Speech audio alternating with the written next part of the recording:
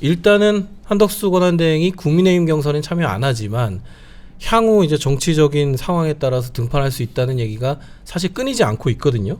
그래서 요 이야기를 좀 해보겠습니다. 소위 이제 빅텐트론인데요. 이제 이재명 전 대표의 독주를 막기 위해 모든 사람이 연대할 수 있다. 뭐 김문수 전 장관 같은 경우에는 이준석 개혁신당 후보, 그리고 유승민 전 의원, 그리고 문재인 정부에서 총리를 지내신 이낙연 전 총리까지 연대 가능성 열어뒀는데, 이런 빅텐트론 매 선거 때마다 나오긴 하는데 어느 정도 현실 가능성이 좀 있다고 그러니까 보시나요? 저는 이 빅텐트에 뭐 우리 당이 언제부터 이 빅텐트에 이렇게 크게 관심을 가지고 또 이 빅텐트를 쳐야만이 이제 쉽게 말하면 이재명 대표의 대통령 당선을 막을 수 있다. 이런 이제 전체 공통적인 컨센서스를 이제 이 빅텐트로 이제 만들어내려고 하는 거거든요. 저는 그 부분에 대해서는 일정 동의는 하지만은 그 중심이 흔히 말하는 윤석열 대통령의 윤심이 작동한 어떤 그런 뭐 이 빅텐트라 그러면 누가 여기 오겠어요? 인석 개혁 신당 대표가 여기 들어오겠습니까? 이낙연 전 총리가 들어오겠습니까? 김두관 뭐 지금 현재 경선 불출마 결심한 이분이 들어오겠어요? 유승민 또 들어오겠어요? 그렇기 때문에 이 부분에 대해서 이 빅텐트를 통해서 그 빅텐트의 중심이 지금 한덕수 권한대행이 될 수 있다. 그건 꿈을 꿔도 참 봄날에 참 진짜 개꿈 꾸고 있는 거예요, 진짜. 네. 저는 기가 차서 그 부분이 말이 안 돼요. 그런 개꿈을 꾸다 보면은 그나마 이 조기 대선판에 절대적으로는 어려운 전국인데 국민의힘 후보들이 언제 국민들에게 자신의 이미지와 자신의 정책과 비전을 국민들이 읽히게 하겠습니까? 그렇게 해서 국민의힘 대선 경쟁이 후보들을 어떤 그 흥행이 제대로 이루어지겠냐 이거예요. 그러니까 이거는 이거대로 망치면서 개꿈은 이게 참 봄날 이 보통 이 꿈은 개꿈은 그냥 춘삼월 개꿈이에요. 그걸로 끝나요 그냥. 굉장히 낮게 전망해 주시네요. 그 실제로 그렇죠. 탄핵 문제에 대해서 명확하게 국민의힘이 선을 안 그었기 때문에 탄핵 문제에 대해서는 좀 굉장히 모호한 입장이지 않습니까? 비상기업은 좀 반대한다 이런 얘기를 하지만 결국 그렇게 되면 빅텐트가 쳐질 수가 없죠. 지금 김성태 의원님께서 지적하신 게 그 부분이거든요. 그 빅텐트가 쳐질 조건이 안 만들어졌는데 그 탄핵에 대해서 그 유보적인 입장, 그러니까 그리고 계속 윤석열 전 대통령을 안고 가는 입장이라면 그 빅텐트에 어떻게 저 이낙연 전 총리라든지 또는 뭐 김부겸 전 총리라든지 또는 유승민 전 대표 같은 분이 거기에 들어와서 빅텐트에 같이 들어와서 할 수 있겠냐 이런 얘기를 하는 거고, 그러니까 빅텐트 자체가 성립 자체가 안 될 것 같아요. 그런 측면에서. 네. 이준석 후보도 마찬가지고요. 근데 일각에서는 또 이런 얘기를 합니다. 국민의힘 경선이 끝나면 약간 강성 지지층과의 결별을 이루면서 국민의힘이 좀 중도로 오려는 노력을 할 거고, 그때 뭔가 기회장이 열리지 않을까 이런 말씀하시는 분도 있거든요. 그렇습니다. 사실 이번 조기 대선판에서 부동의 지금 절대적 뭐 대통령 당선 가능성이 가장 높은 이재명 대표가 저렇게 계속 뭐 존치하는 이유가 사실상 이거는 이재명 대표의 경쟁력이 높고 이재명 대표의 그동안 과도한 입법 권력의 중심에 선 그런 정치 행위가 국민들로부터 좋은 평가를 받기 때문에 저렇게 부동의 1위 후보가 된 게 아니에요. 상대적으로 이건 누가 뭐라 그래도 국민의힘이 잘못하고 있는 겁니다. 문제는 이재명이 아니고 문제는 국민의힘 이 자신들이에요. 그러면 지금 현재 이 대통령을 배출한 정당이 아주까지 그 대통령이 그런 13 비상계엄 오판을 갖다 저지른 그 부분에 대해서 명확한 대국민의 반성과 사죄의 의미를 담은 이 자정의 노력 하나 보이질 않고 있단 말이에요. 2017년 박근혜 대통령 탄핵시 같은 경우는 흔히 말하는 박근혜의 중심 세력들이라고 그러듯이 친박의 핵심들이 전부 패족을 자처했어요. 그리고 당도 뭐 그때 잘못한 건 잘못한 거다. 그때 촛불 시민들에게 그 85% 넘는 국민적 저항과 울분 분노를 갖다 올고지 우리는 당에서 그걸 받았어요.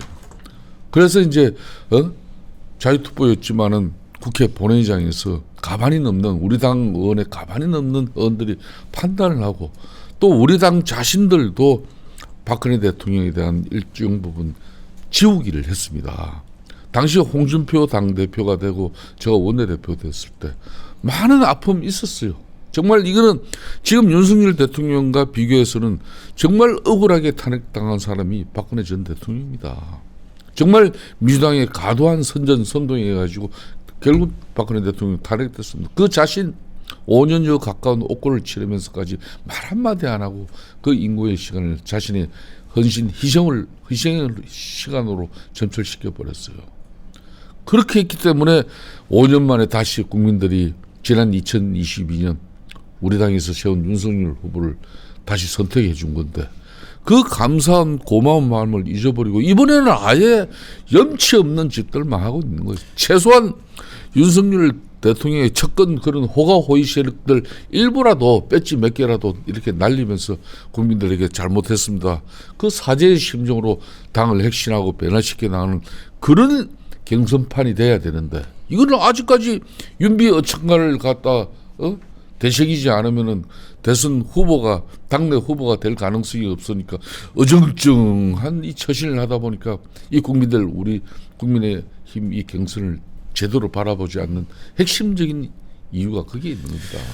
그 박근혜 대통령이 억울하게 탄핵된 건 아니고 윤석열 대통령하고 비교해 보면 그 저 상대적으로 그 저 죄의 경중이 좀 다르다 이런 표현인 것 같은데요. 그런 거죠. 예, 제가 보기에는 그 조건이 좀 달라요. 그 당시 2017년 당시하고 2017년 당시에 탄핵될 때 박근혜 대통령 탄핵 때 보면은 그 한 30명 넘는 한 40여 명 가까운 분이 탈당했잖아요. 그때요. 바른정당으로요.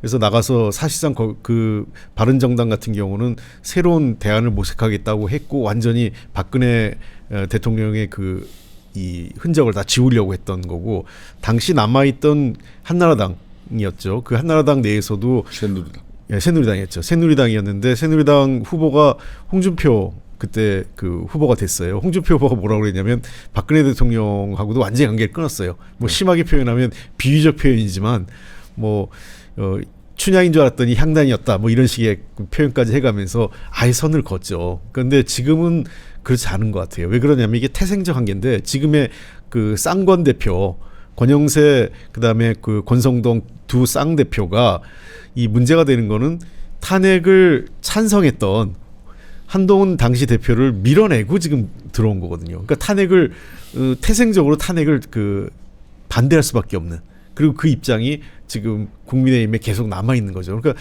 저는 이 탄핵 문제에 대해서 국민의힘 지도부가 그 명확하게 선을 못 그어 놓으면서 도리어 지금 후보자들이 탄핵에 강해서 허우적거리고 있다 이렇게 보입니다.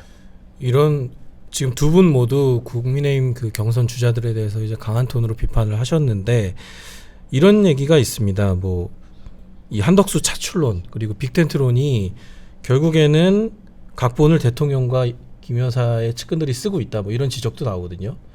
이런 얘기들에 대해서는 좀 어떻게 보시나요? 지난번 제가 이 방송에서도 이야기했지만 국민의힘은 윤석열 전 대통령의 포켓 정당이라는 이미지를 손톱 끝만치라도 있으면 이걸 지우는 걸 가장 우선해야 하는 거예요. 그러니까 우리 강성 지지층이 뭐 그냥 탄핵 정부에서는 그냥 40% 45% 정도의 그런 뭐 대통령 지지율로 떠받치고 있었기 때문에 그게 온전히 그냥 우리들 지지로 이렇게 다 이어지는 것처럼 비춰질 건데 그건 천만의 말씀이에요. 그때 그런 강성 우파 지지층의 목소리를 같이 동조하고 합류하기 위한 그런 것보다는 이렇게 해서 결국은 윤석열 대통령이 탄핵당하고 나면은 이게 이재명 민주당 대표로 이게 정권이 넘어가는 그런 측면에서 우려와 걱정으로 대려 이쪽이 결집한 겁니다. 조기에. 막 그걸 지금 분석하는 이야기를 제가 하려고 하는 게 아니라 지금 일간에 이제 이 음모론이라는 것은 한덕수 총리가 지금 대통령 권한 대응으로서 진짜 통상 뭐 이런 간세 분야의 전문가로서 트럼프 대통령이 그 간세 전쟁에서 가장 효과적으로 효율적으로 대응할 수 있는 그런 대미 전문가고 통상 전문가고 또 50년 가까운 이 경제 관료로서 그 역량을 지금 발휘해서 발등에 불이 떨어진 대한민국을 위기에서부터 가장 그 역할에 지금 현재 매진해야 될 사람을 대책 없이 뭐 누가 그림 그렸다고 해서 그 사람이 나는 그 한덕수 총리 쉽게 판단 안 한다 봐요. 네. 예? 그리고 제가 뭐 타 방송에도 이야기했습니다만 한덕수 지금 권한대행이 정치적 소신과 결단을 가지고 있다면 한시라도 빨리 국민의힘이라는 이 정당 우산 아래에 자신을 보호하면서 자신의 정치적 소신을 이거 밝혀 나와야 되지. 밖에서 어중쩡하게 있으면 민주당이 가만 놔둡니까? 난도질을 해서라도 그냥 갈길갈길 그냥 찢어버립니다. 오늘 민주당이 해야 될 얘기를 김 의원님이 다 해주시네요. 아니, 근데 이런 것 같아요. 그 대선에서 그 당내 이제 인사들이 상대당 후보하고 비교해서 경쟁력이 떨어지거나 승산이 낮아지면 자꾸 뭔가 다른 대안을 찾아요. 그 안에서 안 찾고 밖에서 찾아보고 또 이 사람 어떠냐 저 사람 어떠냐 하는데 이 비슷한 사례가 한 2번 있었죠. 민주당도 옛날에 2007년도에 사실은 그때 이명박 박근혜 두 후보가 무조건 되는, 그러니까 이 경선이 본선이다 이런 말까지 나왔을 때 아니겠어요? 그러다 보니까 당내 경쟁력이 없다고 하니까 처음에 막 유력하게 막 모시려고 했고 어떻게든 해보려고 했던 게 고건 전 총리였어요. 행정의 달인. 네. 근데 결국 고건 총리 못 하셨잖아요. 출마 자체를 포기했고 2017년도에는 당시 새누리당이 또 누굴 찾았냐면 아까 얘기했지만 반기문 전 유엔 사무총장 그만두자마자 그분을 어떻게든 모셔보려고 했지만 역시 그분 역시 출마 자체를 못했어요.